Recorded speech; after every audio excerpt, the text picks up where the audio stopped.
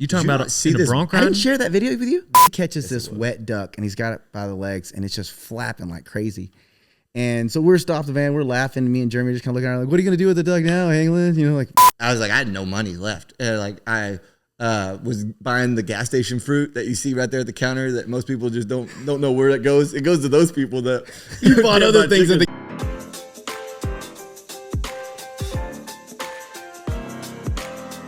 Welcome, ladies and gentlemen, to Rodeo Time, the podcast. I've got a set of brothers in the house today that are my good friends, best friends for a long time. I was even college roommates with Crawley, who's been to the NFR 10 times in a row and is a 2015 Saddle Bronc world champion. His brother Sterling has been to the NFR 7 times in a row.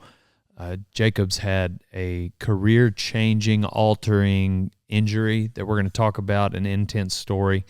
They're both very knowledgeable in the rodeo industry. I can't wait to hear more about what it takes to win from the Crawley brothers. But one thing you'll notice is we did have an SD card get corrupted on my camera angle if you're watching rather than just listening. So you're going to get a freeze frame, a picture of Dale Brisby talking to these individuals. The audio is great, but the camera on me is a little different. Hey, check out rodeotime.com today, and every purchase of a cap, hoodie, t-shirt from now to the end of the year enters you in a chance to win my 2023 Can-Am Defender.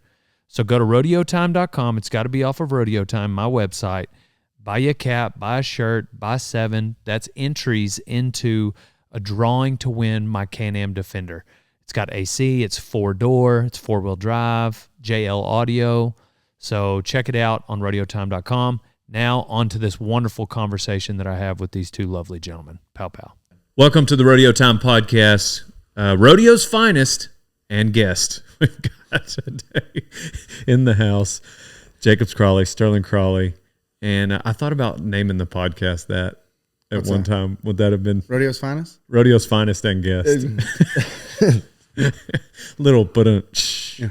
Nobody seems to get it though. I thought it was. I don't know if good. Sterling gets it either. He's like nervous laughing. No, Yeah. It made sense. I appreciate it. I bounced an idea off Sterling one time. That remember that Mernon Cowboy? Do you remember that? That was years ago. This is like Mernon Cowboy. Good morning. What if we just drank coffee and we just talked? And then it was more about like the inner workings of rodeo, and this is when I was kind of getting involved in the PRCA, you know what I mean? And I was like, we could just give an inside deal of everything and just Mernon Cowboy, and we'll just drink coffee on the side of the road and tell stories. And anyways, I do love coffee. I know you do. Come on. I know that's right. Anyways, we got sidetracked on naming podcasts, but that's my one story with it. Dude, you'd be a good podcast host. False. No, I see the workings of y'all's podcast game. Podcast game is not for the faint of heart. Y'all, the dream team. I said it earlier. Y'all want one of these? I'm good. Thank you. Thank you, sir. But I do have my DB coffee mug. Holla. I did see that. You don't think? I mean, but the actual It works for me. podcast part. Oh, we're talking about the coffee cups. I was gonna say a coffee cup. What do you think of that coffee mug? I was like, I really do like it. It's got a nice. It's not too It's got a fragile. good campfire feel, but you know what I mean? And I'm a coffee cup connoisseur. That's true. That is not a joke. I still have 2 of his coffee cups in the van. Didn't rodeo all last year. I still keep them in the van just in case. I'm like an 80-year-old woman that like collects like mine is coffee mugs or how they'll collect bells. You know, Our my grandma. grandma collect bells like that. So like, there's always like a trinket that like every store has a version of, or every town. So if we revisited a cafe 2 years in a row, he had a coffee mug from it, like the Moose Cafe there in Colorado. I don't condone theft or anything like that. But I have walked out of. Remember, you were there. Remember that the cafe in Colorado? We don't even name it because it'll come out. I still stop there. What is a statute of limitations? I think it's been 7 years. You're good. Yeah, we don't want to name any small town names in that cafe because if they walk in, like, wait a minute. Yeah. I don't know what made me remember this cafe moment when we were on our way to Helotes of all places one year, and you guys just had these eating grins on your faces in this cafe. Like, I don't know, I was on the phone or something, but then we get to the rodeo and I opened my rigging bag and it was just this humongous bra and panties in my freaking bag. We're gonna probably leave that story there and not detail where everything came from. But yeah. I mean, it was a garage sale next to the cafe. Okay. Yeah, Okay. Yeah, I don't want to leave it up for imagination. Okay. Good. I was Definitely say, a you got to garage give a little sale. bit more details because the world looks a lot different. 12 years ago. But still a very funny joke. Stashing things in other people's either gear bag, the their principle lockers. of the story. Yeah. That's still funny. That's still funny. That's a timeless joke. Single men in college, fast forward to Yeah. married with children and things like that. Right. It's like you got to be careful of all that Yeah, stuff. the stories that come out. Yeah. So Well, yeah, those were simple times. those are simpler back then. times, man. Whenever So you could just, simple. hey, we're gonna stay here for 3 weeks and we have no responsibility or anything like Yeah. that. And so, Yeah, just stay rather than not have to get home. I mean, you're glad to get home. Right. Absolutely. Like you're excited. I mean, that's obviously as any rodeo career morphs, that's usually the driving force is like, you got to get home. But it is a simpler time when it's just, that's why I call it a young man's game, because the young man just take off, baby. Like that is the heart of the cowboy lifestyle, is just being able to stay in one space for 3 weeks. And if you so choose to make that 6 weeks, so be it. Yeah. You know what I mean? Just How long are you here? I don't know. exactly. We'll see. Until We'll I see. get bored here and then I go to the next one kind of deal. I mean, it's just, I think whenever guys talk about, hey, do you miss that? Do you miss this? Do you miss that? And I had a conversation with an older guy as a calf roper, and I was like, he was asking me that question. I was like, I don't miss the rodeo because it would look a lot different 36, married, 2 kids, than it did at 26, just fresh married, because I can just bring my wife along. You know what I mean? Like, we'll have a ball. You know what I mean? So it's like, if you miss something and you're remembering back, I think you're remembering no responsibility, the physical of no pain, stuff like that, rodeo and everything like that. Yeah, like where you're That's the fast main and one athletic people- and don't know why. You know what I mean? It's just because you're young and it's rolling. When you say it's a young man's sport, that's probably the main, thing people immediately think of, is just the fact that, like, young man's sport, because you can bounce back from injuries. It's a rough event, But You can the other the part, responsibility of it, responsibility as your part life changes. You know what I mean? And don't get me wrong. I mean, it's individually you got to make that priority change. That I want to be home. Yeah. You know what I'm saying? But it's I think that for me, that's the connection for the young man's game. You know what I mean? Saying. And y'all talking about like getting home and stuff. One of the greatest rules the PRCA has ever had was this new walk-up rule that goes on, because when you're gone, you want to be rodeoing. You don't want to be sitting on your thumbs taking, at this point, you don't want to be killing 3 days and, you're trying to figure out how to get home, if it's worth it being home and how long you'll be there. And now you can find these other rodeos that are up in that part of the world that maybe you didn't enter because you had plans, that changed, and now you can get over to them.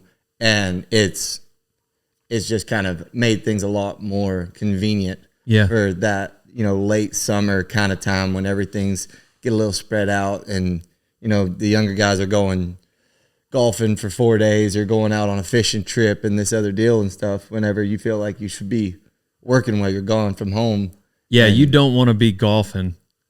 Now, Not that you don't enjoy golfing. right. But And, I mean, the alternative would be you're sitting in your van, which that's not good either. But now all of a sudden your wife is at home taking care of the homestead, and you're literally, Dog, it's tough. That is by far the toughest deal. yeah. Yeah. Yeah, I mean, like even when you're working, quote unquote, you're going to that town's party. And yes, that is what you're doing for money, but essentially you show up to a party and you are the celebrity. So I think it does take a special kind of bride to understand all that. especially in Iowa. Yeah. Kevin's big hits in Iowa. I don't know where that came from. I'm just where that story's going. I'm just laughing at that is a state that has rodeos, though. No, Iowa, I'm they laughing do about have the occasional right rodeo. before you got hurt, that we went to that small town of Iowa, and literally it was Yeah, I mean, they'll That town's party. throw down in a small town. That's something they look forward to all year. But that's like, Yeah. I get in a tough position with interns, or the interns, I guess, are a little more in a tough position, because I would rather an intern be 21 when they show up, because Less than that, they there's no way they've been away from home for very long. And so at 21, they're less likely to get homesick. However, now I've got these 22, 23-year-olds showing up that want to learn to rodeo, and which is so possible. That's plenty of time for anybody listening. I mean, you can absolutely do that. But if you're looking to start, like if you find the girl at 25 or 6 or 7 and you want to be, so that means you're like barely getting going by the time you find the girl. And so I just have to have this conversation a lot with young cowboys that are learning at my house because, man, you guys, it's almost got to be a steady stream of income before you start to settle down. It has to be. I mean, it's anybody's journey can be what it is. It's about making priorities and, you know what I'm saying, choosing how you're going to spend your efforts and stuff.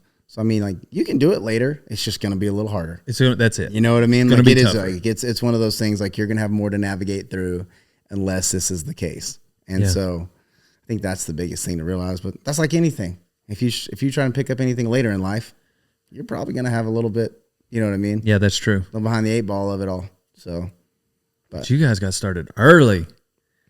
Dang. When you got on your first, what were you, 15, 14? 14, and then I got on about 4 or 5, and after like breaking my wrist and then cracking some ribs, I was like, you know what, I'm going to wait another year. And I got on some more at 15, and then started staying on more around the 16 or 17. So when I was 15, this is when I decided to be a bronc rider. When I was 15, I remembered it the other day because, you know, I got on another horse after 18 or 17 months, whatever it was, being off. When I was 15, Tarleton used to have a Tuesday night rodeo that the college put on. And anyway, so I didn't have a driver's license, but I had like they had a little car that my parents would let me run around in and stuff like that illegally. So anyways, I drove up to the college. I entered the rodeo on Tuesday night.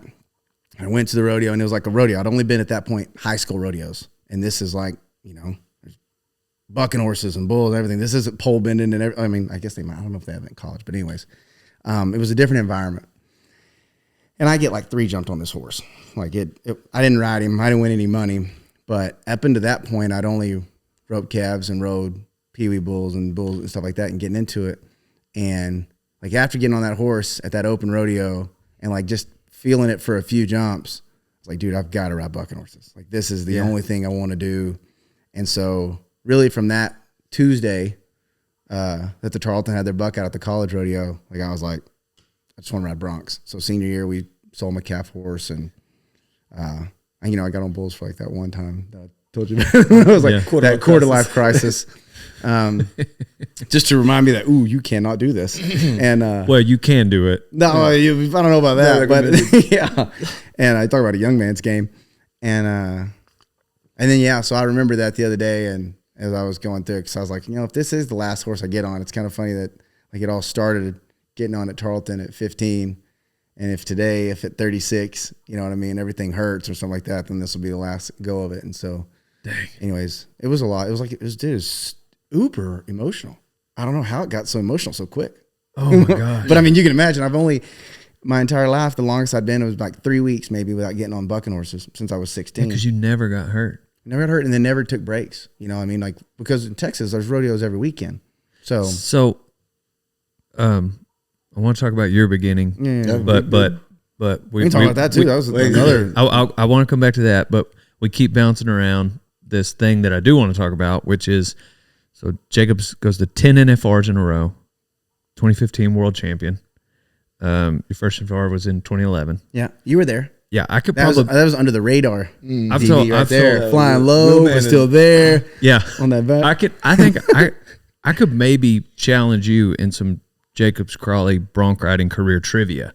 Like I've just tracked your career, but my point is, what happened? I almost made a funny. No. I was just gonna leave it around. I was gonna say, well, you were always pretty sober about everything. Bet you do remember more. So now we're gonna go that direction. Back to the young man's game. Yeah. Point we were making earlier. Yep. So you had an injury in June, 23. summer before last. So you're Tell me about that year, how it was going, and then tell me about the injury. And it had been a great year. It had been the best one in a couple years as far as through the spring and the winter and feeling good and health. And then just a freak accident. You know what I mean? We were sitting right where we kind of wanted to be going into the fourth run, top 10 zone kind of deal to where, hey, just have your good summer and roll on, get another NFR under your belt. And what were you sitting going into that rodeo? it was right around, There's 5 or 6 or something. no, I think it was around like 8 or something, but right, you know what I mean? Up there. Up there to just keep rodeoing through the summer and, Yeah. have a decent summer and keep pushing, whatever. You never know. Could have got hurt the next week and it would have mattered anyways. But, so yeah, freak deal in Greeley. Horse just like fell down in his back end and then got me mashed and kind of pushed off his back end and really just crunched me in there. And, was Stetson on his tail? Mm-hmm. So Stetson Wright was on his tail and Sterling was on his head. So I had the help that I would have wanted in that scenario. You know what I mean? It wasn't The like horse was relatively notorious for doing that. he was just kind of a little bit of a punk. You know what I mean? Like he just a little. Yeah. I love Benny, but he was just a little bit of that. He had a little attitude, but we had been driving all night. I was exhausted, and I was like, I took him wadded up, and that was on me. Like I should have got him up a little bit better, but I was like, whatever, just open the gate, and then he just did all that, and so it was a bummer. Yeah, 2 burst fractures, 5 of them fused, 8 screws, 2 rods. I guess Benny was on the neck rope. Yeah, but it was after the gate was. It was like one of those Right, things. but I'm just- yeah. he was Yeah, I'm just- sure Ben was on the neck rope. You know what I mean? It's just crazy. I didn't really think about it, but like That happened to you. I had an in injury. Austin. I remember. it wasn't near as dramatic. I did eventually have surgery, but it wasn't like your deal. But that deal was just freak. My deal was freak because I've seen it, had it happen 100 times. But just the way that my shoulder got lodged in the deal and like as he was coming up, Yeah. it's just a freak deal. Well, Benny, I remember my night, Benny was, Rhett's flanking, Benny's running the neck rope, and they both say, all right, take your time, which you never hear either one of them say, Right. but I didn't. There must have been a lot of turnouts. Yeah. if they're saying, like we're dragging rodeo element. Take your time. Give that clown one more time. But they knew Red Wings would kind of do that, and so they were like, well, I didn't. Because I had momentum and I like to move forward, and I didn't never think twice about the horse, and so I just rolled on and kept running through my game. And was that kind of you, like you, in that moment at least? Yeah, I felt like whatever. I knew he had help. I'd taken a horse's balled up before. I wasn't worried about it, and he just a freak deal. Him going in his back and getting him when you step back from the picture though. I had just went out. And we went rodeoing for 4 days, Sterling and I, for Reno and a couple others. And we got back and we were home for like a day and a half. And then we were about to take off for 2.5 weeks and then rodeo hard through July and all that. Whenever I got home from those 4 days though, like it was hard, like having the conversations with the time my boy was 5, and he'd been with me all spring. We'd been going to rodeos, he and I, staying in hotels like boys. And so whenever I was leaving for 4 or 5 days at a time, like it was like, why do you got to go? What do you, why already, after I got back and like I told Lauren, I was like, I don't know how I'm going to do this. Like, I don't know how I'm supposed to stay gone for 2 weeks over the 4th. And then what's July going to look like? You know what I mean? And so, God had a way of just taking that out of my hands and just say, all right, you can go home. And because like, it just happened. I was gone for like 4 days and then Lauren flew up to Colorado to be with me before we came back down, and Because then I spent July all with him. So because that moment, talking about that night, because I got a phone call from you. Yeah, dude, it was intense that night. Like it was very. Yeah, that we can't downplay that. You were nervous for good reason. Dude, the doctor comes in, and Sterling was more nervous than me because he had listened to what the nurses and you a couple times too, and the doctor said, and they were so worried about everything because everything was so unstable in my back. And so, yeah, you're going into a surgery and doctors talk about saving your legs and you got these burst fractures in your spine, and it's like at the end of the day, yeah, in theory, they're going to go in there and fix it and it's going to be great. But it's like, still got to happen. That doctor, you're still relying on like a person. For sure. You know what I mean? To go in there and do stuff. And so. But you got some confidence from Tandy Tandy knew him, didn't he? Did you call him he before knew. the I called surgery? Tandy before, because I was like, is this what we need to do? Like I'm laying on a bed in Greeley, and they're saying that they're going to do this tomorrow. You know what I mean? And so, I just started making phone calls and figuring out. And then once we saw what was going to go down, then started praying like crazy. So that was our blessings too, though, that surgeon being up there at that time and everything, kind of with being in Greeley, not in the rodeo 2 nights before that. Yeah, because if we'd have been in that small town in Iowa, it'd have been a rough spot. You know what I mean? Yeah. Like, trying to get out of there. oh yeah, there's just 2,000, and then we go to Greeley, and we're 2.5 miles from a level 2 trauma center. Like, how are the odds are? Yeah, it worked out really well on that front. And then my boy Stacy flying me home from, on his private jet on the old PJ. because I wouldn't have made the commercial. Like, it was, oh dude, and the PJ was so hard anyways. Like, it was so bad. I was just like white knuckling, trying to brace my back, you know what I mean, as we were flying and stuff. Out of nervous that you heard it, or it's so painful, or both? A little bit of both. Yeah. A little bit of all of it. Was it just I don't know, excruciating from that point on? It really, the pain wasn't that bad because you had your meds and stuff. And I was up the next day. Like, they wanted you up out of the gate just so everything's, like your body's better and stuff. But it was, I've had a couple surgeries where, you wake up and it's just like the anesthesia is working, everything's great. And then I've had 1 or 2 where, like, I know the moment I came out of anesthesia, because it was like the worst pain, I just started yelling. And I imagine that being like that. I had my routine. Like, I knew when it was time to take your meds. Those first 6 weeks, man, I could sleep for like 2.5 hours at a time, and that was about it. I would just walk circles around the house reading a book with a little reading lamp on, because I'd get the blood flowing and stuff like that. And then the meds hit, and then once they'd hit, I'd just close my book up and go get back in bed. But that was a bummer. Like, that was a lot. So, and I don't want to get all about an injury in the sake of the deal, but it was. That's what I mean. It's the story. Yeah, that's what happened.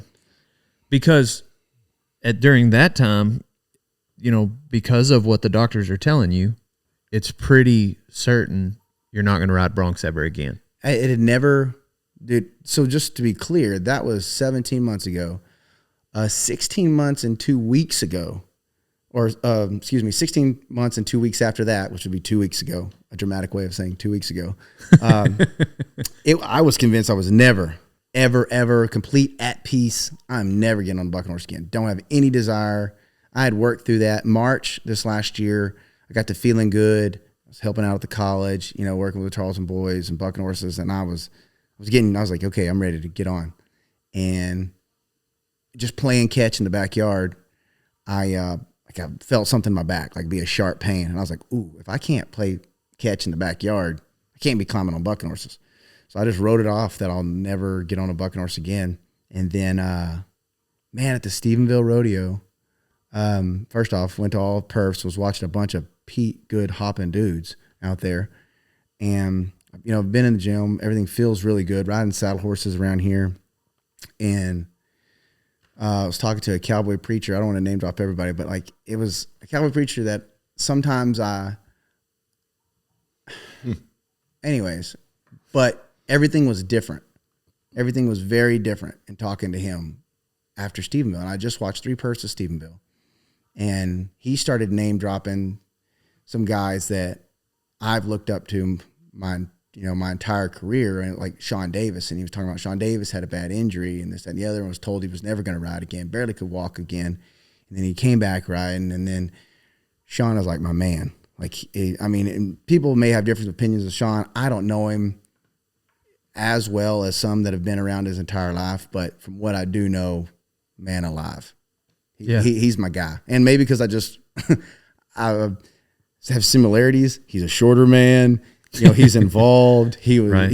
He's a bronc rider. I just like the way he carries himself. And Billy E had some back injuries too, huh? He did. I feel like just Billy E was such an outlier just in what he did. Right. But like, it was Sean, I felt more of a similarity in a lot of stuff within him. Billy is just on this whole different He's deal. Also taller than you. Man, he's just way too tall. Billy? Yeah, way too a little tall. bit. Maybe. Way too tall. No, Sean's a little stocky guy. Anyways, we're getting into the inner workings of it all. I'm just saying, so talking to that and being more involved in my walk, my relationship with Christ the last 17 months from hitting that injury spot, like I've just done what I felt is on my heart. Yeah. And like after talking to him, I came home, I told Lauren, I was like, you're not going to believe what happened at the rodeo. I was like, Babe. we're talking, babe. And I think I'm going to have to get on a bucking horse. Dude, I was so close to sell. I've sold a couple saddles. I was so close to selling my saddle. I had given all my equipment away, basically, all the other little stuff. You know what I mean? But I was like, nah, keep your saddle. You know, I'll give it to your kids one day. Oh, this was my dad's saddle. Blah blah blah. It says notorious on the swell, so one of his broccoli still. And but anyway, so after that, I got it out and I kicked around. I was like, man, nothing hurts in this deal. And so. Nothing hurts. And I was like, always feels better on the ground. Well, but then I called my boy Cole. I was like, Cole, we need to put this saddle on a link weaver. And so me and Little Trail, we went up to Tarleton and put it on there. I was like, I told Lauren, I was like, I'm not getting ahead of myself. I was like, I'm going to see what it feels like. I'm going to see, let's get this link weaver going and see if my back does anything. And got on the link weaver, and it was like the back was fine. The link weaver was like hop skipping and stuff like that. And I was like, man alive, this horse is overflanked. We were making jokes about what kind of animals I was practicing for. You know what I mean? So if you know any kind of contractor that may. So anyways, I won't drop any names. But so after that, I was like, okay, Tarleton's got a really nice set of just good practice horses. And so I just called Mark and I said, what about next Wednesday I get on one of the hoppers? And I didn't really tell anybody. Just told one or two of the kids that I saw the night before because I didn't want them to claim that horse. And I was like, let me get on this one because she stands good, she picks up good. And that way, if on the second jump when that saddle hits my back, if I'm start going in pain, like the pickup man can come get me. You know what I mean? Because I just didn't know what to expect. You know, it's been 17 months. And then, oh my goodness, nervous. Yeah. Yeah, but it was so much fun. And just not knowing what it would feel like. But like that morning I woke up and it was like you were waking up before a go around to the NFR. Like, you know, you're getting on this horse at night and all that. Like you're getting on this 17-point weak hopper. You know what I mean? That you could probably ride in a stock saddle. But you're sweating bullets. But you're sweating bullets because like, first off, there's pride aside, there's the injury of it. And there's also like, you can't get bucked off this hopper in front of all these boys. You know what I mean? You're their coach. You better show up. You know what I mean? So there was okay, I don't want to hurt. And okay, I don't want to make a bad ride because here I am, you know, a year and a half I've been working with everybody. Like I think I know what I'm doing. And just anyways, like you're riding a bike. It was crazy. I was telling Tilden was helping me on the outside. We were saddling him and stuff. And so I told Lauren, I got home, I was like, it was 17 months ago, but it felt like it was 17 days ago. Like I was just rolling through it, hooking and stuff. And I was like, why is this? Yeah. It was nuts. It's really crazy how, I mean, 20 years. You know, is how long I was riding and stuff. So it's just like, it's wild how that comes back. And I am by no means going to hit the road and go to 120 rodeos or, you know, 120 bucking horses, 100 rodeos, whatever. But, man, it was really cool to feel the feeling of, dude, it was emotional. You're just back in the fight. But just the feeling. And here's the deal. You're fighting a lesser opponent. I'm not acknowledging that. I ain't getting on. You know, RIP, the Hammerstones of the world. You know what I mean? Yeah. And so, but it is something that I was completely convinced, like in my heart, in my brain, and everything, I was never doing it again. I was just straight at peace with it. And then, like I said, it just got on my heart to go pull it out again. Like I said, I only sat in the saddle probably 3 times in the last 17 because it was collecting dust in the barn, you know what I mean? So I just kind of took it out and put on the bucking machine that day. And I didn't want to put in the bucking machine anymore because like, man, I may get too sore from the bucking machine and for, you know, not be able to ride if I'm going to do that. But, yeah, so, I mean, how much are you going to prep? You know, just like, let's rely on old skills. So anyway, felt fun. It was What's good. your plan now? Get on more horses in a very controlled environment. I mean, it's October. How you feel about 2025? That's what I'm saying. Talk to me in March. The rodeos that I want to go to don't start till March, baby. Yeah, but do you have what's it called whenever they kick your qualifications? So Does it last? So there's certain kind of exemptions. So I could do world champ exempt and get into some rodeos. But I was joking with Sterling. They got to qualify for San Antonio in Uvalde. I'm gonna hit that Uvalde qualifier, baby, and going to San Antonio. I was like, no, I'm just playing. I'm not doing that. Because like if I draw an animal that is prone to get upside down or is a y'all can have it. piece of junk, Y'all can have I am it. walking. Absolutely not. So it's just, I'll get on at the college. I'll put another 10 practice horses under my belt, 15, whatever it may be, till the spring. But when that summer gets nice and that itch comes back, ooh, that's rodeo time. Whenever that deal, you talk about rodeo time. Come on.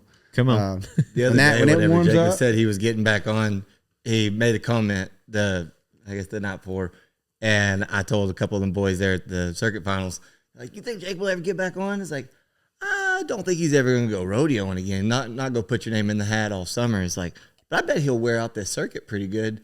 And I mean, they immediately like, doggone it. There a couple of them like, I wanted to win the circuit. It's like he's won it since I've had a When car. all these boys are chasing dreams out all summer long, and they're in Utah, Colorado, Montana, Washington, and they're living the dream, which I completely approve of. Stockyards, baby, be in Texas, rodeoing, be in my bed that night, or a close hotel stay, and Belton, 4th of July, baby. hey, just now every rodeo is gonna be a family trip. Like I told Lauren, I was like, everywhere I go, for the most part, there may be a couple to make my count or go with stir, but we're bringing everybody, and we're gonna make a weekend trip of it. It's gonna be your party. Hey, it's gonna be our party. It's gonna be our recreational activity until they get more involved in stuff. Yeah. You know what I mean? Because whenever Cordy gets about he's 6 right now, so in 5 years, whenever he's involved and I'm hauling him around or something like that, well, then I can't do it anymore. So I've really only got a few years while they're young enough to where their version of a fun experience is just get turned loose at the rodeo. You know what I mean? Play in the dirt with some kids. We're going to go to the dance, stomp around on some concrete dance floors and hotels, late night, fast food shakes. So that's the plan. That's going to be such a cool environment for them, though, because you now don't have the pressure of like, I mean, there had to be some, having made the NFR 10 years in a row, like you just, there's got to be and it's the way you make your living. Well, now there's not this pressure of, I have to make the NFR this year. This is my main source of income. This is what, now it's like, man, you go to a fourth of the rodeos, they get to experience it. You're home on some Saturdays and you may be home Saturday morning, maybe lunch. All right, guys, let's gear up. We're going to go to the rodeo. We're going to stay at the Holiday Inn tonight. We're going to have breakfast and then we're going to come home. You know what I mean? And you're just going to have that. And just my little girls too. So, I mean, they're just in these ages to where we can still experience it and in a controlled environment too. You know what I'm saying? Like I'm not going to go get on any junk. You got some rodeos you're not even going to enter probably. Yeah. I may put my name in the hat because some of those rodeos, if you get the one good one, then you do got to figure it out. Yeah. They still got usually one or two. They all got one or two, baby. That's right. And so now you are always optimistic. Yeah, so I could see you doing that. They may bite me in the butt as I start entering these rodeos. I just hate that moment where you think that you enter that rodeo with that mindset, and then you do get one right in the middle. Now you're stuck with like, I'll probably get on that one. Exactly. If it's in the middle, I'm gonna go. That's what I'm saying. Yeah. Now you end up going. You're hoping. But man, it's dude, just the blessing that there was no pain in my back. Yeah. Like it was so cool. Like I just not even sore. Zero. So I got roped into a couple golf scrambles, and I'm not a golfer. And I love golf, so don't hear me by saying that I don't love the idea of golf. Yeah. I just don't do it. I just got other stuff that I'd rather do, and that's no hating. I know Sterling loves golf. Cowboys love golf now, which is great. It's better than living in a bar and being drunk all day. So go golf. Just not for me. So I usually play maybe a couple 9-hole scrambles a year at most back in the day. And now, like after 2 or 3 holes of golf, my back is way more sore than that bucking horse. And I played like 2 scrambles last week. And that's what I told Lauren after that bucking horse. I was like, babe, I've been so much more sore for these dang golf scrambles I was getting roped into than this bucking horse. Like this was nothing. Hard on guy. Now I am ready to run in a little bit more pony the next time, but I just got to wait. Yeah. I don't want to cherry pick. My college boys, man, Tarleton's got an excellent rodeo program. This shout out plug for my TSU boys. But I got a couple you can get on. They're that ain't no lie. You got paint horses. I got a couple paint horses. Straight down the pin, make a circle to the right. Timeless. She's timeless. Oh my gosh. So yeah, that'll be Bob Ross, we call him. And then 3C66. That was the one. That's you remember that one? No Nice, Bob Ross. yeah. I want 3C66 and then old sister. Bob Ross That's is. what I was talking about. Was sister. Yeah. Oh, you're talking about that paint horse. Oh, yeah. Bob Ross is like y'all been on him That's just the big- because. Yeah, he's more like a 15-point horse. Yeah, no, I know. We're ready to. 3C and then the what do they call it? Sister. Sister-in-law. That's right. Yeah, she's they're getting more 17. That look so that good. sister-in-law might be more like 18, That's a nice horse. 19 on a good day. Especially if she's young got. when I got on her in. Dude, that just depends on the rodeo. Are you at Denver or are you in Evergreen serving rodeos? Because like at Denver, maybe she's an 18. That's a 20-point horse all day. Like Yeah. that'd be all right. I take that in Lubbock here in a couple weeks. They got a survey rodeo. See if we can binge and do a mount out. I haven't been on sister-in-law, so I forget about her. That's the one. That's the one. I want that one. 3C66. Those are nice horses. Anyways, we're getting sidetracked. Sorry. Well, you mentioned a couple things in there I want to ask you about, but one thing I've observed about you guys, your entire careers, that I've always respected, and I try to tell these young guys. You mentioned how exhausted you were when you. What horse was it you got on that hurt your back? Ironically, Kingdom Come. Okay. Well, anyways, whatever. You mentioned that you were exhausted that day, and I've observed that you two are so consistent with your execution no matter the circumstances. So we've been together where drove all night. You guys are tired. You enjoyed the party that town had, maybe, whatever, or just drive all night. You're sore, and every single bronc, you guys show up and do the exact same thing. And I think that's what's obvious. It's one of the huge reasons why you're wearing a gold buckle and you've been to 8 NFRs. Like, I think that 7. I appreciate that. Optimism, baby. Speak it into existence. There we go. I almost said 7. I like to say 8. But anyway, I tell these guys, I think the top 50 bronc riders in PRCA, they can all make great rides. But the guys that go to the NFR every year in and year out, are the ones that make a great ride every horse. Well, and any of those guys will tell you, like, you get in your groove and you know what you need in order to perform. You know what I'm saying? Some guys need more sleep. Some guys can run on less sleep, less food. You know what I mean? And that may change throughout your career. But you find that break point. It's like, this is what I need to be able to show up and ride. You know what I mean? And if you're going to have consistent success, you're going to have to respect and honor what you're, you know what I mean? So you guys just literally are able to tell yourselves that you don't need all those things. Don't get me wrong. We slept partial on the way. I mean, we take turns driving. We go on like That was one of the big things. Whenever we got a little bit older and we got nicer rigs, we got a better bed to sleep in. So the quality of sleep you were getting going down the road was, substantially better than it was in Big Earn. No offense to, no offense to. Yeah, that's true. Conversion bands. Oh, I want another conversion van so bad. It only took me getting on one bronc. I came home. I was like, Lauren, I'm buying a conversion van. I've been waiting for a reason for this. So, because they're fun. I guess.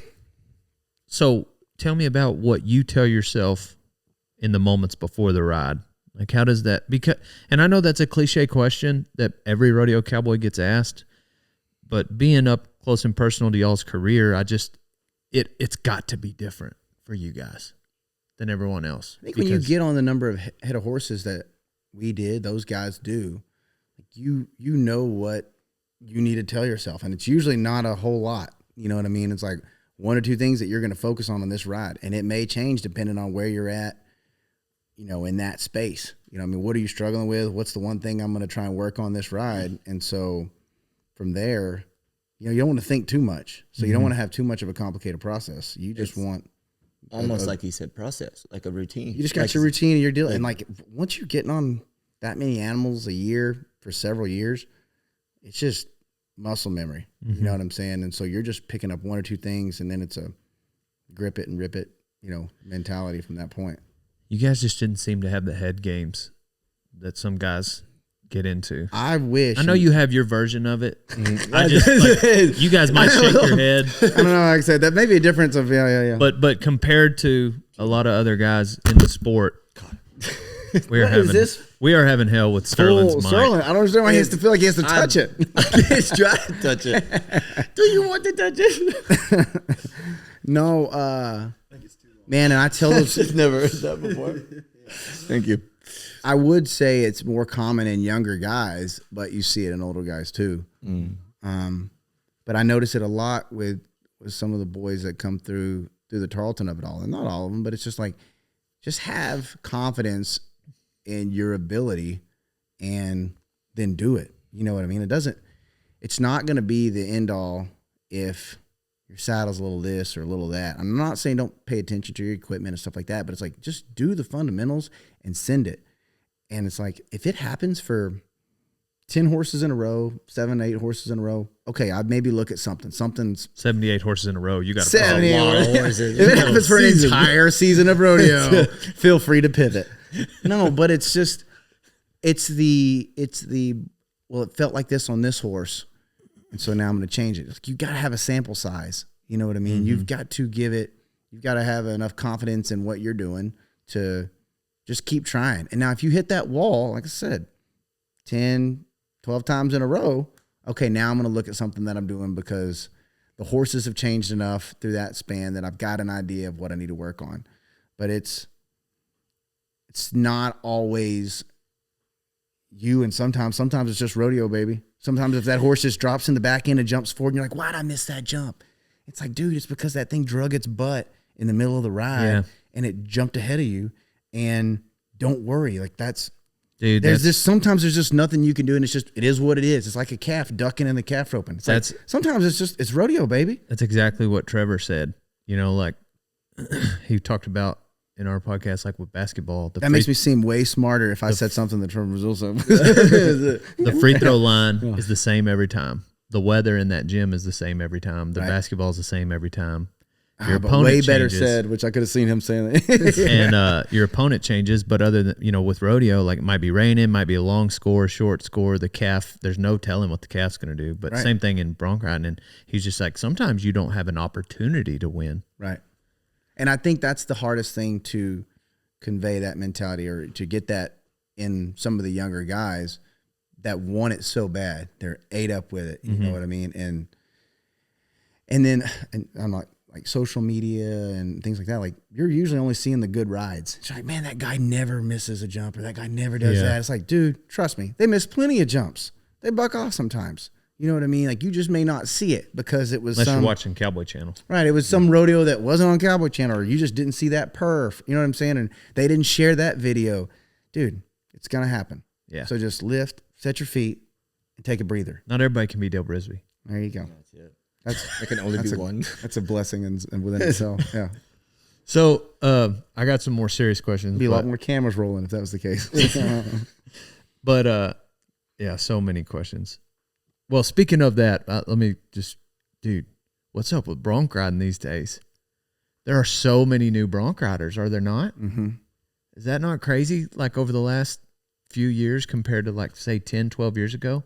Is that I'm talking a lot. I'm gonna let Sterling talk. I feel like I'm talking a lot. Oh, and it's you do a good job. Did a good job. So he's been out for 17 months. You're out there. It's Is it not insane. new Maybe faces that's it. I've been everywhere? bored sitting around the house 17 months. bunch that, like, there's guys who get to the rodeos, I don't have a clue who they are, and then they show up and they go put on a bronc ride, when it felt like when I first came around, Jacob and I were the outliers. We were young there at the finals. Them guys were, Furley and all them guys were, high 20s in their 30s, and now I bet your average bronc rider at the NFR is 23-4. You know what I mean? Was Chad Furley at your first NFR? Dude, he was at like my first 3 or 4. My man, C. Furley. Forgot about that. Yeah, he won the world the year that I won the average first time in 13. Chad won the world. That was his second. Dang. Anyway, shout out Chad. Yeah, no kidding. Yeah. Was that the landlord? I never was that the year that he was walking back to the chutes and that one horse ran over him and broke his wrist? No. I wasn't. Maybe I wasn't. That was the year he switched hands, isn't it? Yeah, and he had to ride with his other hand. And he just about rode the horse. Yeah. But no, that wasn't that year. He had both hands with the year he won the world. not the year he won the world, but I'm saying, were you at that NFR? I don't know. If it had been 12 or 11, maybe. Yeah. I don't anyway, know. I can't remember. Yeah. back It's a long to- time ago. There's a lot of new bronc riders. There is. Yeah. There's definitely a resurgence of. My turn. Sure. Okay, so this is what I think of this. I think it is how fast and easy it is to share information now, compared to what it was 15 years ago when me and Sterling were going. Because boys now, through social media, through everything like that, the equipment is so much better, and they get it faster. So back then, you used to get information through being out there in the field and talking to a guy and be like, hey, what are you doing with this? What are you doing with that? You know what I mean? And so it took years to develop.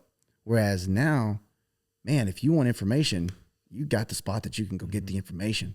So everybody, and then whenever it spreads, it's like wildfire. It ain't one of those things that it takes 6-7 years to come around and like, hey, this guy's doing this. It's like, no, the next year, everybody's doing that deal. Yeah. Loosen And- your binds. Everybody hears that. Yeah, lose mine or ride this saddle, try this equipment. This is what things are doing. You know what I mean? Like, so there's just these trends are just so much faster moving.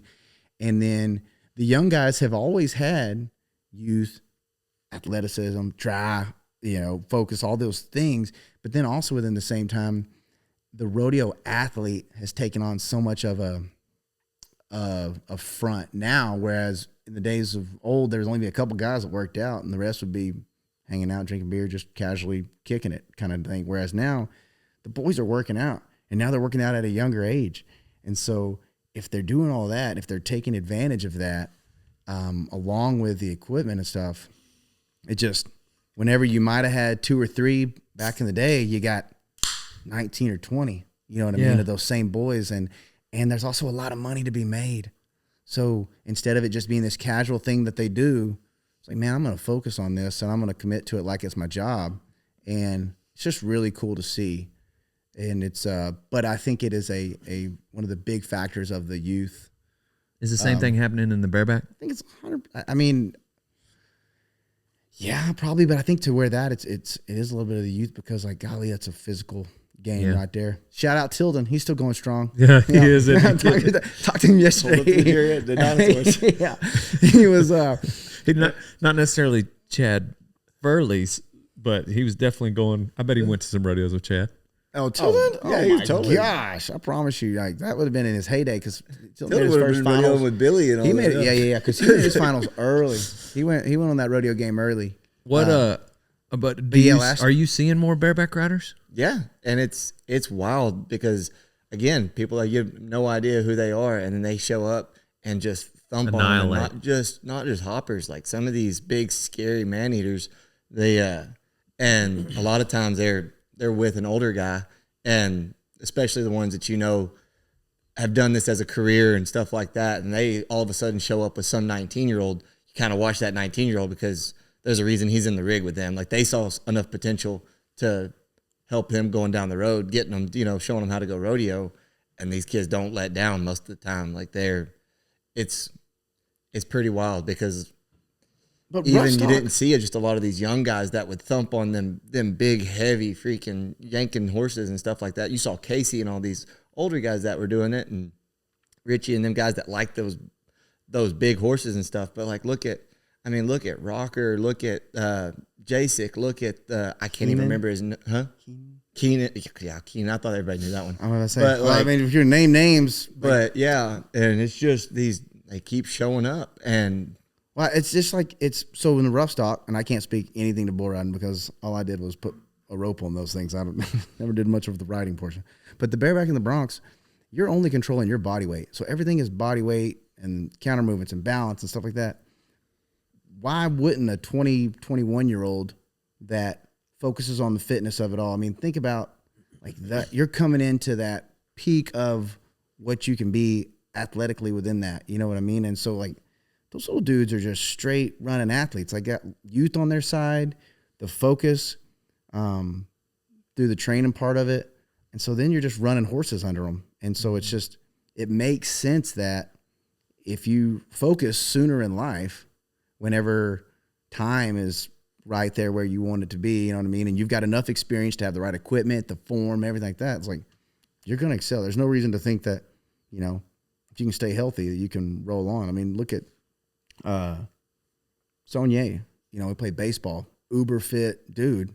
It's like, yeah, run your hand in the rig and you're fit enough to where, you know what I mean? If you just get the fundamentals of riding and then the let your strength and athleticism carry you, you're going to be successful. Right. You know what I mean? And so, and then it's just from there. Repetition. Yeah. And then it's just hope that nobody gets hurt, because that's the other thing in rodeo that can derail all that other stuff. But if you're healthy and in good shape and got the fundamentals, why does a, 28, 29-year-old have a better chance than a 22-year-old? You know what I mean? For sure. So it's just a matter of like how the information and then the shift and the guys treating it like a legitimate sport instead of just a pastime, just a hangout deal. So yeah, it's really cool. It's really fun.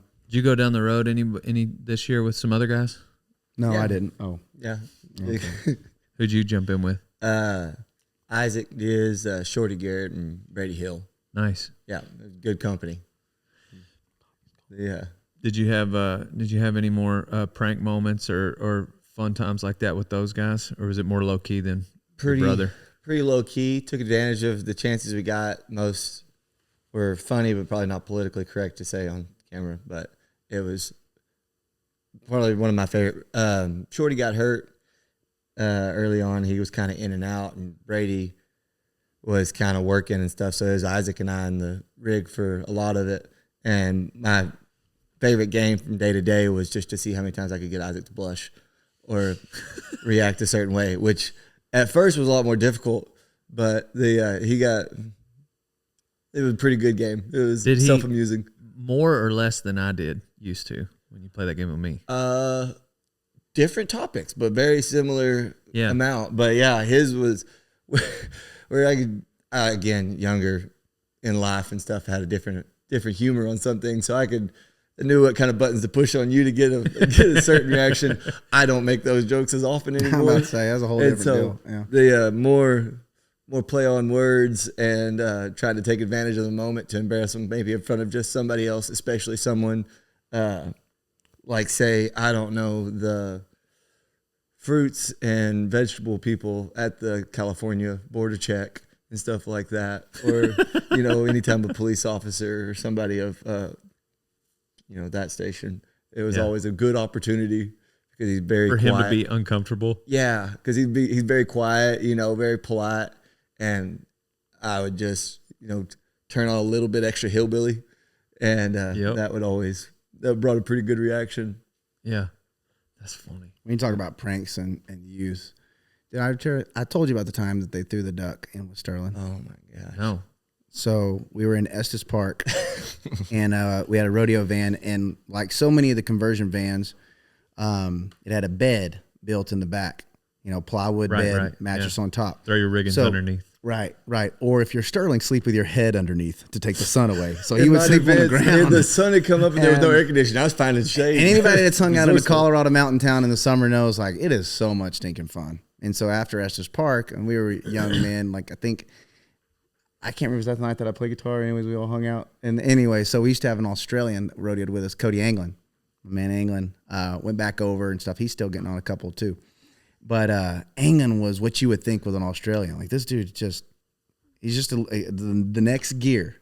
You know what I mean? And so it was probably 9:30, 10 o'clock. We were going to drive down to the lake to cook breakfast because we had all kind of tired. And it was me, Anglin, Jeremy, and Sterling was sleeping. But the other three, we were looking for our cooking spot. He's sleeping with his head underneath the deal. And so we're driving along this road, on this lake, and Anglin didn't put the van in park, and he just jumps out of the door while it's barely rolling. Now, it's not like, but I mean, he jumps out. Also, the van wasn't running good. Yeah, but hit a dog. I think a dog ran out. That was a dog. He's like, this dog will stop the van. And anyways, and then he also used to wear like short shorts. He called him footy shorts. I don't know. He's Australian, whatever. And so he didn't ask questions. But and he just barrels off into this water in this lake and catches this duck. And we don't know why he's going to do it. But it's about 10 in the morning, and it was kind of cool. The water was super cold. But anyways, he catches this wet duck, and he's got it by the legs, and it's just flapping like crazy. And so we're stopped the van, we're laughing. Me and Jeremy just kind of looking around like, what are you going to do with the duck now, England? You know, like, what are we going to do with this duck you've caught? And he's like, I'm going to throw it underneath there with Sterling. So the duck can't get out. Shirtless too. So the duck cannot get out. I mean, there's a roof and it's in a van. And so Sterling's submerged under there. And England opens that back door and just throws this wet duck on top of Sterling, who's shirtless, sleeping at 10 a.m. And I don't know how much sleep Sterling had at that point, but it wasn't a whole lot. He was projecting like another 5 or 6 hours when that wet duck hit him. And oh my gosh, and it flapped around for a good... He couldn't get out. He kept hitting the ceiling and coming. That's what I'm saying. So like it was the worst. It was probably only 8 to 10 seconds or so, but it felt like 30 seconds that this duck was squawking and flapping on top of Sterling in the van. And I used to have a picture on my phone of Sterling's face. Or was it a video? It was a video. Oh my God. So this is, I mean, I wish you could save videos from years ago, but like I was videoing from the 2 doors, you know, in the conversion van, like you can open them up and see right there. And this duck, you can see him kind of, or hear him because he's underneath there flapping and bouncing. And then he makes his way out of the van. And then Sterling comes out of the van and he's just so mad on his face. And we're videoing and we're laughing so hard. So hard. It was so much fun. And that, I don't even know if that would be considered a prank. I mean, that's a prank. I would just say, or an Australian activity. That's called an Australian alarm clock. And that's going on. So. 33 years old. That is the worst wake up I've still had in my life. And I can still, you know, you can remember those good rides, like that feeling of like the jump when you get your feet set. I can remember that awful texture feet and stuff. And then wet wings slapping me. I was like, just make it stop. And I'm like, well, the duck, he came out of there so mad. Oh, so much fun. So, and I was in no state. I got out of there, and I can remember being so mad. And Jacob has this. He just ate the canary grin. He's just like this video of me, and I realized I'm videoed. And I was like, anything I do now is just gonna embarrass me worse. So he was just mad, and he just froze, and he just like shook with anger. Like it was so good. It's like in the cartoon where they've got the thermometer go. It was like he was reaching that point. Where was it? Where you quoted open range, those sheriffs, they got up from that medicine. We ain't ourselves yet. Whenever you say when, there was like a time period. There was like a 3-year span where that was. I just remember I remember a specific time. That must have been maybe Vegas. Jacob's trying to wake up Sterling. Like, we ain't ourselves yet. No lie. They were trying to wake up from that chloroform in that movie. So that was, I mean, so kind of the brothers are notorious for, how would you describe it? Jacob's being the more, what's the word?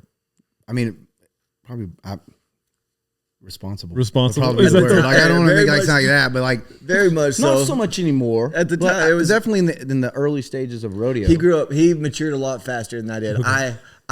I did a lot of playing around and cutting up, and I didn't. And I think you were just a product of success at an early age. And now we're kind of getting into a lot of stuff. Like I wasn't able to make money at 19 years old, 18 years old, riding bucking horses. You know, it took me, I had to develop through college, you know, we went to A&M. And so that was where I kind of started figuring out, okay, this is what it's like. And Sterling, he got that money given to him at 19, 18 years old. So he's like one of those guys that he never been broke. Never gave you money. You give an 18, 19-year-old, they used to, in those amateur rodeos back then before it was pro rodeo and like paying cash, baby. Yeah. So, like you're never going to see a broke day. Oh, you know what I mean? Baseball rich. Yeah. Sneaking off It's to another the word, CAA. that's not the expression you're looking for. No. But it was, so I think, and then how it stepped in straight from 18, 19 to, you know, me entering us at 22 and that being our deal. So it just set up for that dynamic, and then our personalities just fit right in with it. So describe the feeling of like 17, 18, 19, you just won $800 cash on a Saturday night. Oh, dude, what do you think that probably $5,000 at that one? Which one? Emmy finals in cash. Oh my goodness, the CAA. So like, they don't even have that association anymore. They get away with it. No, you can't have this anymore. But what was that like for you? Cash as a freshman in college, they just give you this cash to go back to your little, you know, JUCO town. So they would give a story. When you have Sterling's tendencies. At that time, they were exciting. It was so went rodeoing. I was 17, going into, I just turned 18, about to start college. And they make so much money now that it's so much different. But, it was, anyways, at that time. Tell me about it. I'll say it was, so 17. I can't tell you about a whole lot of it. Just to be clear. Yeah, so we're going, I'll tell you a little bit about it. I took off I don't know, 4 weeks. I'm not going to rodeo. I'm going to hang out with my girlfriend. And me and my girlfriend, we just hung out and just South Texas. Went to a couple of these barrel races and deals, and I was, whatever. I'm rich. I done won, had won like 4,000 or something before that. And I'm in a chicken joint in South Texas, and I go to ATM. It says insufficient funds. I can't get no money out. And it was like a Wednesday. And I looked at her and I was like, I'm sorry. And I'm just, playing house, dinking around down there. I was like, hey, I'm sorry. I have to go. She's like, what? And I was like, I called every contractor that I knew. And I was like, can I still get back into your rodeos? And I double entered, because that was the time when you could get on 2 in the one rodeo. And I double entered 2 rodeos then went to another one with it. And I was like, I had no money left. And I was buying the gas station fruit that you see right there at the counter that most people just don't know where it goes. It goes to those people that You bought other things at the gas station counter that most people don't buy. That's not recommended. That's not FDA approved. Yeah, this was a much healthier routine then. So literally got to go do that. And I think I ended up first and second at one, first and third at another, and won the other one, and realized, okay, you can't just, when you're going hand to mouth, you can't just stop rodeoing all of a sudden. Good Lord. I got to quit with this certain company. But so that was. You got to stop taking these month-long breaks. Yeah, I don't need to do anything else. Oh, my goodness. Oh man. So you're 19, so that's the moment you got mature. Yep. That's pretty much it. That's pretty much figured it out. Yeah, I'm an adult now. Now you're grown up. That's it. Stay back. I'm grown. How old were you whenever in 2011 when you went out there for Rookie of the Year? 19. No, just turned 20. I just turned, yeah. Yeah, because whenever we went rodeo and he was 19, I was 22. So those were the Amy days when he would have been 18. That was before he went. Yeah. So Yeah. And then, I've been, what? I've been 19 17, 18 of those. Because once you were 19, that's whenever we started pro full rodeo. time. Yeah. Because I remember that year. I mean, you're pretty mature that year. Yeah, it's pretty grown up. You remember. We went out to Vegas. Dude, and I I just was stayed in the room, read my good book, and just. So life is like this. There's times where it's all changed and it's all about seasons. There was that season, and then it kind of changed for a little bit, and then it went really that other. Yeah. Because I can remember the 13 NFR, and that was a different time. That was a different time. Yeah. So that was also, though, I had just got unengaged. yeah, life changes will obviously play a factor into For sure. how you handle certain things like Las Vegas, Yeah. for example. Also, they should give you a monitor when you're that young in Las Vegas, and they're going to start handing you money and stuff. They should have somebody that just walks around with you. Yeah, because you would have been 22. 22 and 13. I was 21 and 12. And Yeah. they were like, all right. It was like a fighting rooster. They shook me up, put my nose against the other rooster, and turned me loose. Yeah. It was like, all right, see what you can do. That town during those 10 days, You were there. it's not even 10, 12 it's or 2 13. weeks. No. Like No, it's 14 because or the couple 15. days before, that's when you guys, that's when a contestant can have the most fun because you're not, you don't have the pressure of a rodeo that night. Yeah. Oh, and it's all hope is around the corner. You know what I mean? So like everybody's gonna win all the money. You're all on cloud. Just it gets awesome. Such a great feeling. So exciting to watch and see all the guys that it's around the corner for them right now. Then year 10, you're getting an Airbnb. You get an Airbnb and you're hanging out with your like, how am I gonna get my kid from here? Who's gonna pick up my wife whenever I get over there? It used to be DB, will you grab us over here? We're gonna run over there. Yeah. Whereas now it's like, there's this really good restaurant. Have y'all gone and ate there this year? It's really good. Yeah. No. So it's a change in deal. So when what was it like when you realized that like, for instance, he's going to be out for a while and you needed to rodeo by yourself. I mean, like you had gone to rodeos by yourself. It's not like you're now your dad's gone from rodeoing with you. But I'm just saying there had to have been some sort of shift. Yeah, it's pretty wild. Because like I said, we've rodeoed together since day one kind of deal. Yeah. I mean, shoot, from youth rodeos, amateur rodeos he took me around whenever I was 15 and he was going to pro rodeos and I'd go mount out and get on some stuff that looking back on it, I probably didn't need to be getting on. The reason those horses were turned out. Right. And so but you can make a little scratch. Yeah, go get $75 an hour. Yeah, $50 to go get on somebody's $100, horse that they want to see. But I mean, just doing every bit of it and going down the road with somebody that knows your riding as well as you know your riding.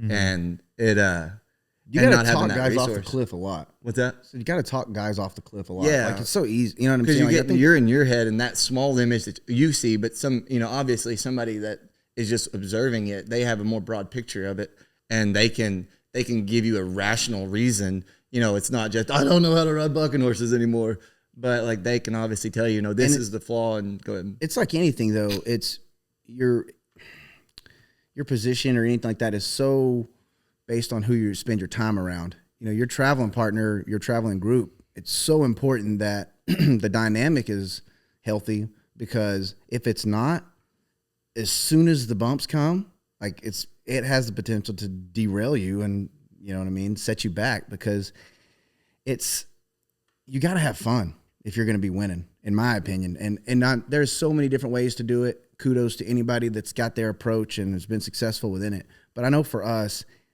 I mean, it was about support and fun. Like there was not a single time where we were rodeoing that we weren't having fun. Right. You know what I mean? Like the fun might look a little different as life changed, but it was fun the whole time. And that's what I tell guys that feel as though, well, I got to get in with somebody that knows the ropes. I got to do this. I got to do that. I was like, no, you don't. I was like, if you're in there with guys that are having fun and one of y'all can just enter the stinking rodeo, you know what I mean, is responsible enough to put y'all's name down places and write in a book, a calendar, that's all you need. Like there's not a exact formula. If you can do the hard part, which is the spurring kind of deal and the riding, and have fun to whenever you struggle a little bit here and there, that you don't get all in your head and you just go get on another bucking horse, like you'll be successful. It's not. Yeah. I can think back to a few times you jumped in some rigs with some guys that had been going prior to yourself. Yeah. No, I did. I got in with other guys, and that's whenever I learned that that's not for me. It's not because there's more to rodeo for me, and always has been more to rodeo for me than actually just the showing up and the getting on. Like I enjoy every part of it. You know what I'm saying? Like I enjoy the late night drives, the early morning drives, the cup of coffee at, spilling a bag of big spit seeds all all over the just pestering floor, Sterling just with my seeds, and then he obviously likes to do the same with his socks. He likes to leave them places for me to find. And so sleeping patterns are a little different. You know what I mean? And so I got completely off topic, but the having fun, and that's the main thing, because when you're having fun, you're winning. You know what I'm saying? And then it just keeps going. And then when you're not winning, if you're still having fun, you know what I mean? Then you come back to winning. You know what I mean? So it's just the traveling partners of it all it's a big part. And it's a big conversation piece, and everybody has their own take on it. You know what I mean? Sometimes, well, you got to get in with somebody. It's like, that's y'all. I think who you travel with is a lot more important than people think until they get into it. But I guess it is important. It's just make sure the right things are important. You know what I mean? Like there doesn't have to be some master leader of the group. It's like y'all boys can rock and roll and figure it out. You know what I mean? And y'all miss Lincoln? Oh, of course, you always miss the queso. Yeah. The queso. That's it. Yeah. I mean, and so didn't want to count on him for a long drive, but I mean, still. other than just good conversation, I'm trying to comic relief. Man, didn't like the drive. He put you to sleep. I would say books. Responsible. Very, very responsible in the late nights when you was like, all right, one of us is going to have to focus and be responsible. Yeah, that was definitely that was the role. And then you had Dean, counter and some of that, and there was just a Kind of like a flip side. it was a yin yang kind of situation here, I believe. Yeah, like we had the Dean given, was good at doing all of it. Dude. Is good at doing all of it. Yeah, Being I was about to say is responsible. baby. He's still going, baby. That's it. Yeah. He can be responsible. He can also have a really good time, and he likes to drive. Yeah, it's good. Yeah. And So, the one thing about your injury that I've wondered about, you know, I talk a lot on. If somebody's on the podcast and they're a Christian, one thing I've been studying a lot and looking up is just the concept of humility, and I feel like that's got to be just one of the most humbling things a rodeo cowboy can experience is your injury. mm-hmm. How did that play a role in your walk?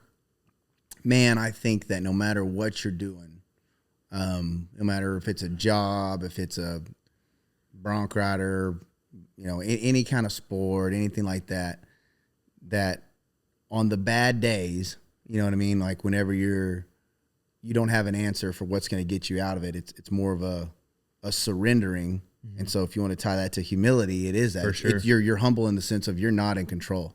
You know what I'm saying? Like that's the place that I reached. And frankly, that's the place I'm still at.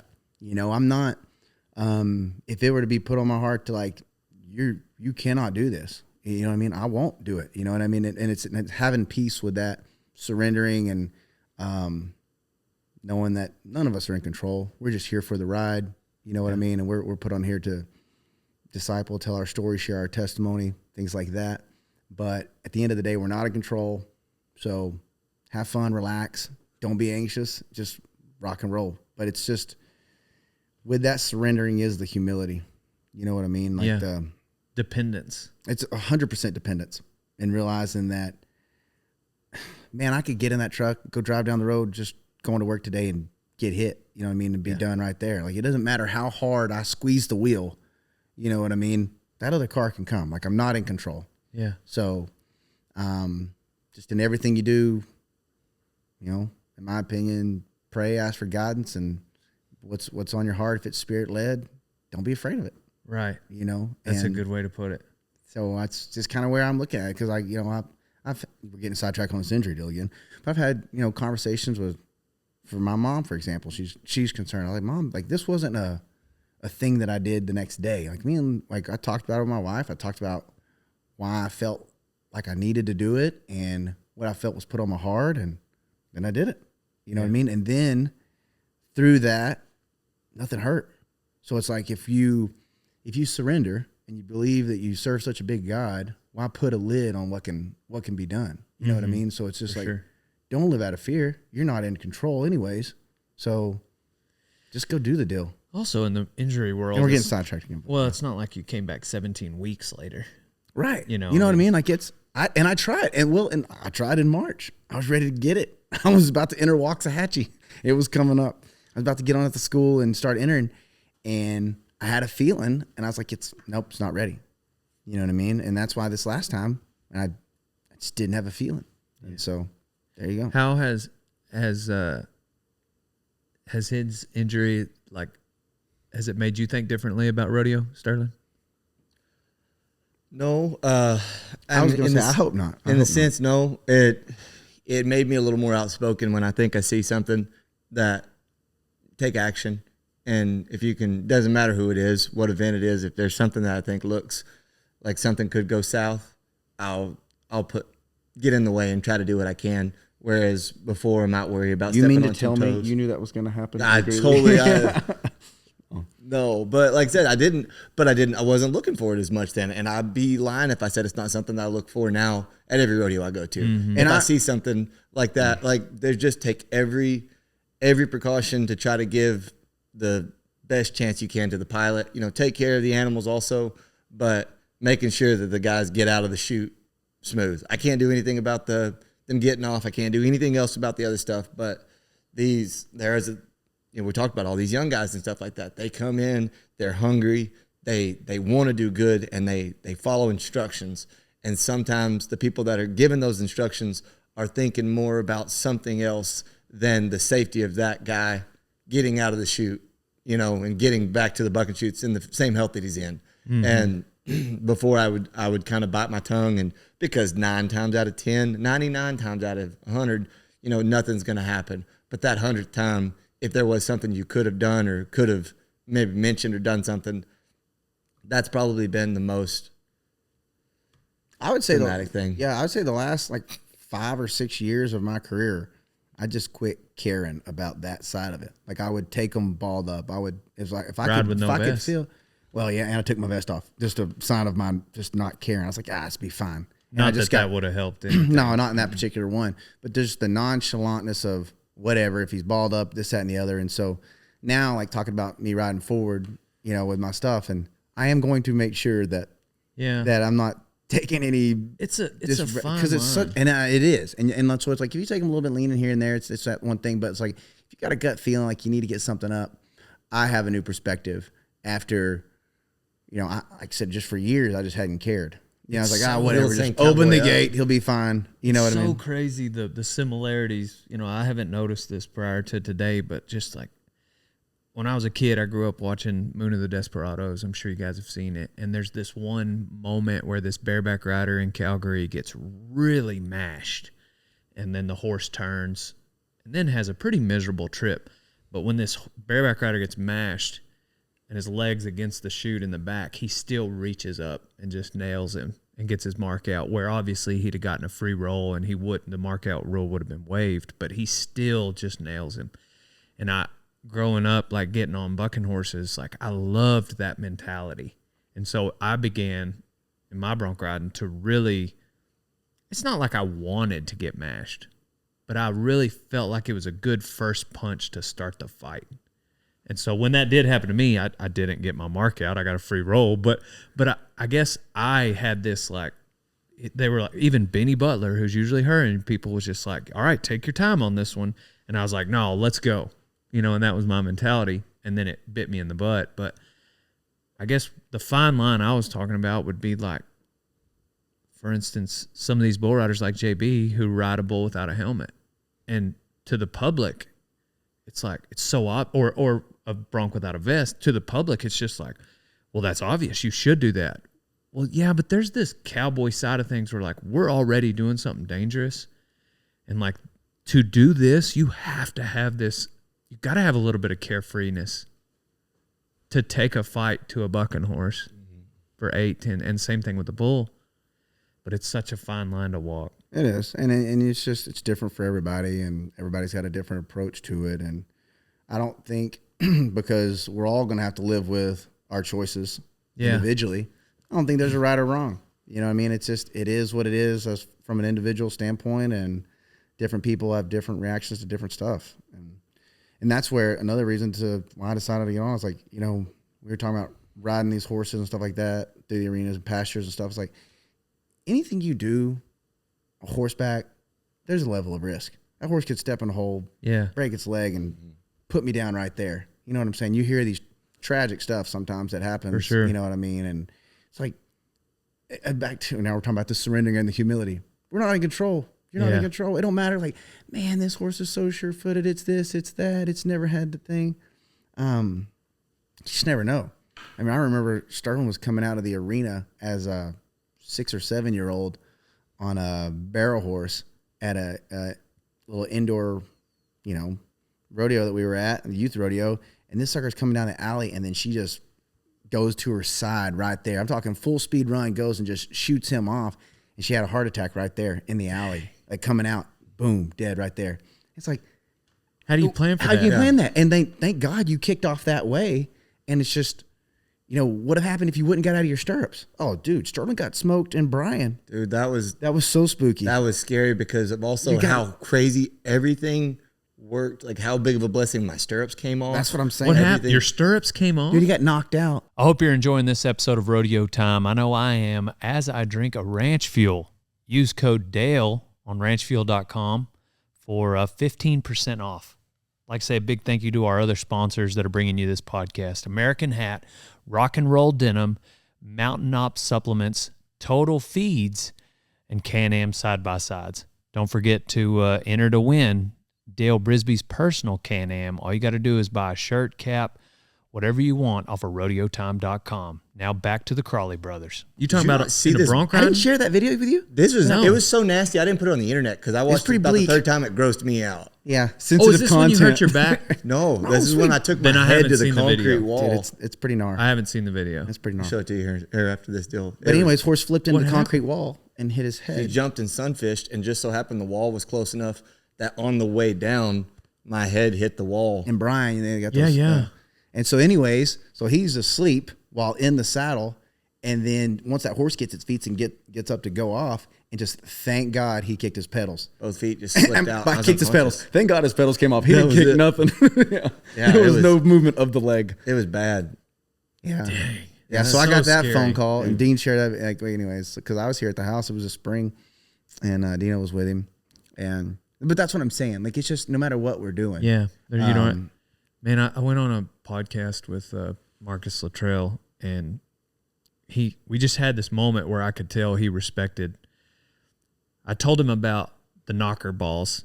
Y'all seen those at rodeos? The big air bubble thing that guys will get in. They'll put them in a fighting bull. Sure. Well, the ones on all the videos, they go down. You can barely walk. It covers your whole body. Your feet are exposed. So we order some on Amazon. Cody Webster brings a fighting bull. It's a rodeo time episode. It's out there. Cody Webster's there. We air these things up. They only come to like above the knee. Like super small. It's like a half size knocker ball. And we're sitting there looking at it and we were like, nah, we'll do it anyway. And Marcus stops me in the story and he's like, whoa. That right there. He said, hold on to that and never let that go. That moment of like, oh, we'll do it anyway. And I'm sure he would agree that there's exceptions. There's a rule, there's a fine line there as well. But essentially, and it was so neat because I realized, like, obviously talking to a Navy SEAL who had been in gunfights, not that I'm not putting myself on his level by any means, but that carefreeness was something he could relate to. And it was just bridged these worlds that, like, yeah, that's that thing that we have as rough stock competitors where, like, every time you nod your head, there's this. And I certainly don't want to do that, compare the two of someone that served. Yeah, the stakes are way high. Way different. But Like, we're like selfishly just climbing on bucking animals. Yeah. He's the one that made the connection, Yeah. not me. I Yeah. didn't. I was never. No, going I there. recognize that. I was just But- wanting that disclaimer out there for behalf of me and Sterling here. Whoa. Yeah, no. Yeah, but I mean, like, Yeah. for you, the stakes were pretty dang high on that moment. Like that's And you talk. that's almost as high as the stakes can get. You're talking about quoting movies, but it's the Gus line from Lonesome Dove. You know what I'm saying? It's not dying we're talking about. It's living. How do know you what I'm feel saying? with that attitude now raising a son? Because you're coaching him through all this. Right. And I just think you have to be. For me, that's why I have to take certain precautionary steps. But at the same time, I'll be nervous whenever he gets into whatever he's going to get into. You know what I'm saying? As he Will it gets be older, bronc riding?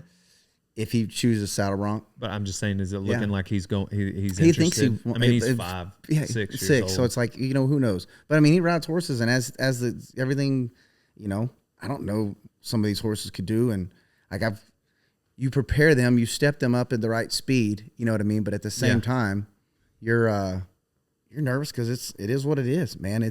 But at the same time, I keep coming back to it.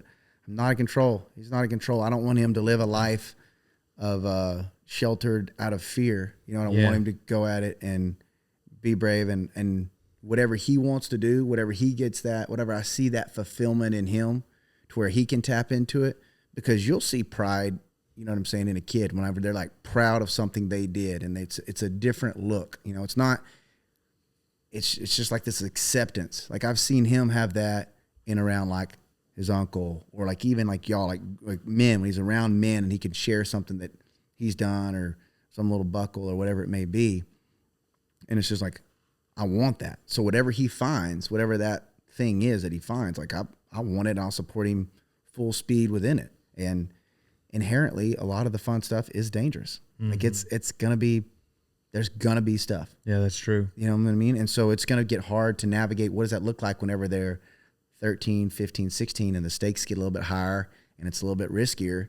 But I'll support him full speed in whatever he wants to do. Yeah. But I'll also make sure that the preparation's there.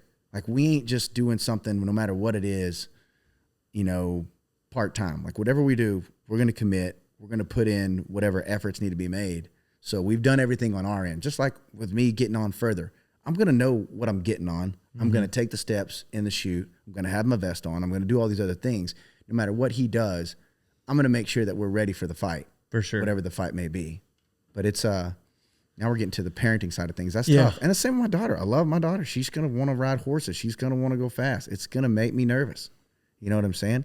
I'm nervous right now. She's 2 years old and her horse, you know what I mean? And Yeah. just like the horse she's on, it's like, I've seen this horse buck with your brother. Like, I don't think he's going to buck right now because I've got him on a halter, but like, what if this thing boogers and goes that way? But you go slow enough and then you start giving them, you just start feeding him a little bit of rope. And like, if this thing if he goes sideways, you'll be able to hang on. You know what I mean? So it's just growing that confidence. And Weston interested? He's getting more interest in it now. Yeah. They had a big kind of turn in the last year and a half, but he's mentioned more about maybe wanting to ride bucking horses. Yeah, Jim Sharp came by and brought his, I want to say his son's 14, maybe 15, but he was talking about like had no interest in it, and then just at 14 now come back and getting on steers and riding horses, and it just made me think like there's no telling how many twists and turns they'll take before they. oh, dude, it's just And it doesn't have to be bucking horses. I Yeah. mean, it's whatever. so whatever Whatever they he wanna lands do. on is kind of be. It's whatever they want to do. Yeah. Whatever gets them fired up and they get the feeling, like I said, it's just a matter of kind of that point of pride or that whatever makes them proud. You know what I'm Yeah. saying? Like, hey, this is your thing. Like you did this. You know what I'm saying? And it's so cool watching a kid compete and care. Yeah. You know what I'm saying? That's probably one of the coolest things to where, like, I told my wife, I was like, babe, if it comes to that, we're going to be one of those parents that's just like Yeah. all in. What do you mean you're going to become one of those parents? I don't know. How many Yeah. things do you coach right now? Yeah. I know. Hey, by But the like way, you talking about get fired up in those whenever they're and this is just whenever they're in a competition and it's an individual sport, you know what I mean, a rodeo event, like it's only them and an animal. Like it ain't the team, it's not the other kid across from them. So, and then once they go in the arena, it's just them, which is what's cool about pro rodeo too. In any event, like it's just you and the animal, whether you're roping or riding.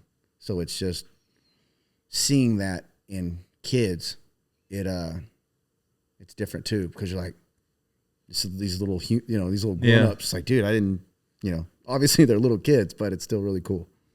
what rodeos you got coming up? Circuit finals tonight, and then shootout the next day on Saturday, and then I don't know if you're talking to me or him with that question. Angleton. Yeah, Jacob Bull Rodeos you have coming up. Angleton, Couple Texas months. City, a couple of them. I think they got a winter deal at Stockyards. Circuit final started last night, huh? 2 nights ago. How's Three it nights ago. going? It's been pretty rough. They Gummit? Oh, it made a couple good rides. it's been all right. down on They one of 'em. not riding the way I'd like to ride. But then again, we're all our own worst critics. They like to do some good the next 2 nights. Tonight's the one. Tonight's a good one. That's a good horse. Had some. What do luck you on got? That exotic dancer, Pete's. Is that what you won Steve Malone last year? Mm-hmm. So That's what they won Steve Milan this year, the other day. And so, and I think I got a pretty good one in the. You're somewhat of a dancer yourself. Come on. Come on. there once was a time. It was. Sterling could do the splits. Don't say that like that still can't happen. I do it once a month. Just make sure I still got it. Yeah, there you go. Hannah comes into the kitchen. I'm just in there. I walked into the draft. I got to tell you, I think I might have already told you. I walked into the draft for the Kid Rockin' Rodeo, and I'm in charge of rough stock. And Trevor handed me a list of 4 Cowboys, 2 for Bears, 2 for Bronx. So that's why you weren't chosen. Wow, Trevor was the head coach, Yeah. and I was basically just eye candy Yeah. as an assistant coach. Am I a joke to you? I think it's important to know your role in whatever deals, and then just try and do your role the best you can. And Know what it is. well, I'm sure you takes didn't think all like, moving parts. dang, Dale didn't pick me for his team. I'm sure that never crossed your mind, but it did mine. And I Well, had to tell you. I appreciate the thought, but if either one of you were out there rodeoing, then I would have obviously. But I'm just eye candy for Trevor, I guess. He just thinks he knows all this stuff about rodeo. man, You've But been to rodeo before? Sage was a good choice for him, and so was Cade. Cade made a really good ride that night. But yeah, Sage he stayed at the house for. Did you come by when he was there? I seen He him. was staying Yeah, we there got to hang out with him. in the spring. Mm-hmm. Did he ever end up getting on? He never got on. Okay, he talked it. Yeah, no, He was rodeoing plenty. He didn't need practice, So- but he was rodeoing plenty, but it seems like he's never really. I mean, he gets on some practice horses. They raise a few bucking horses, but like, he seems very carefree with his between rodeo mentality, considering how successful he is. Some guys can just do that, or what? I love it, and I think that's great, man. I think that's great for the guys that can, golf and play. Is it can jam? Can jam is something. Can jam is the That game. is a I'm just game. thinking of like the camp, Yeah, no. like that's a can good- jam and hang out and golf. That's great. I mean, I'm envious if you can do that and have sustained success. You know what I mean? Consistent stuff. So it's like it goes back to the same thing. Everybody's different. Just whatever you got to do to make yourself. If you're successful within that, ride the wave, baby. But if you start struggling with that, maybe you just do a little different. You know what I mean? I tell guys coming into my program, again, 21, 22, they show up and they're just beginning. And one thing I'd heard you say at one time, like, you don't have to work out, do all the extra things, spur board, sit in your saddle, do all the things, get on a bunch of practice horses. You don't have to do that. You can still get better. You'll just get better slower. Is one Depending on the point that you're at. You know Right. what I'm saying? Like for sure. Like if you're pretty green to it, it's just time spent in. Like you just got to climb on the bucking animals. You know what I mean? And then at the end of the day, like you got to lift on your rein. So if you don't have any muscle to lift on your rein, you may need to be in the gym a little bit. You know what I mean? Like there's certain things that like it all ties back to just your ability to perform in the arena. And so if you have all that without putting in the work, that's great. If you need to put in the work, you'll know about your performance in the arena. But just doing I have fired guys because we've only got so many spots. And if you're not going to put in the extra work, because I mean, you're 22, like we got to hurry things up. If you're going to ride broncs and you're going to be successful, like if you're not going to go 100% right now, like you can't treat this like a hobby. I've got room for 5 or 6 rodeo cowboys. And if you aren't treating this like you want to, if you're not working hard at it every day, then let's make room for somebody who will. And I know that might sound extreme, but it's also so dangerous that I just don't have time in my facility for someone to be casual about it.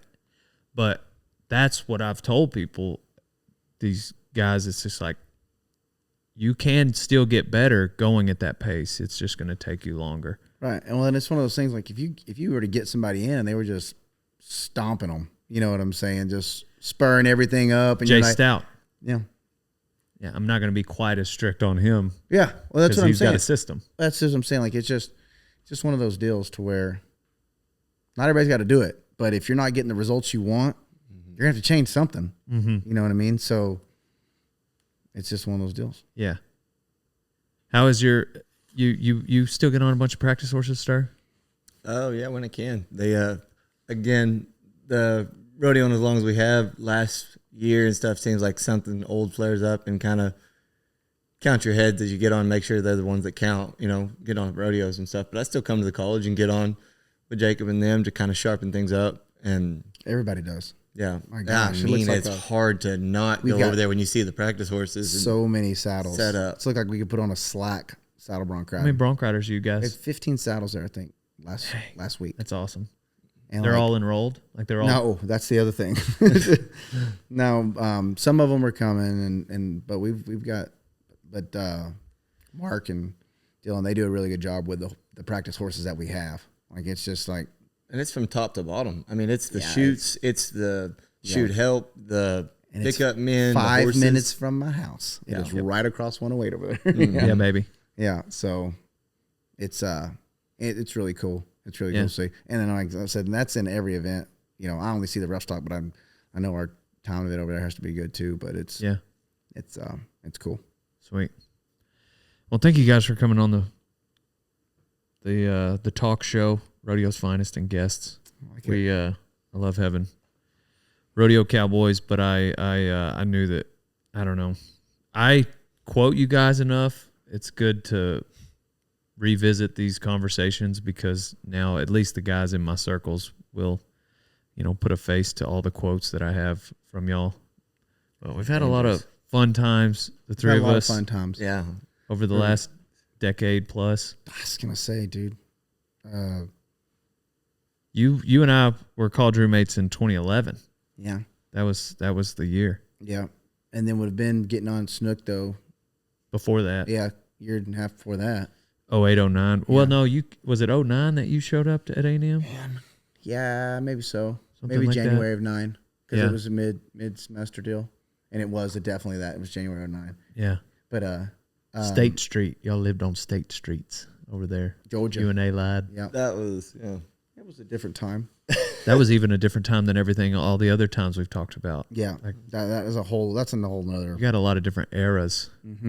The A&M rodeo days. That was Yeah. good. It was a good deal.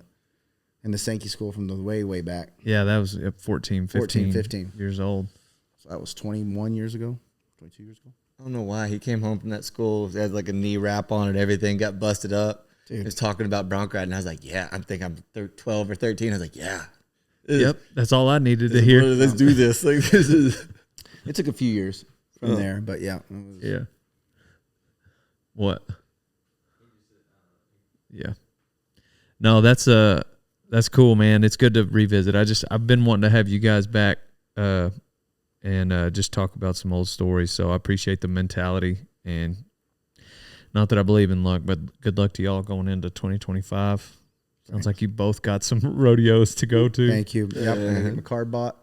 Yeah, get your card bought, and Starlin will go to entering you. Yeah. Yeah. I don't even know if he knows how to use these new portals. In all honesty, I Old school. don't You know could if be I calling it a remember pro my call. login. Sir, you can't call. Hey, got the last number to year, call, last year at Los Fresnos, I did that. And the operator was like, "That's not how you enter pro rodeos anymore." Sir, are you on a payphone? That is exactly how that conversation went down. I was like, because she didn't answer, she didn't say, "Procom, can I get your card number?" And I was Right. like, "You don't need my card number." And she was like, "For what?" Caller ID.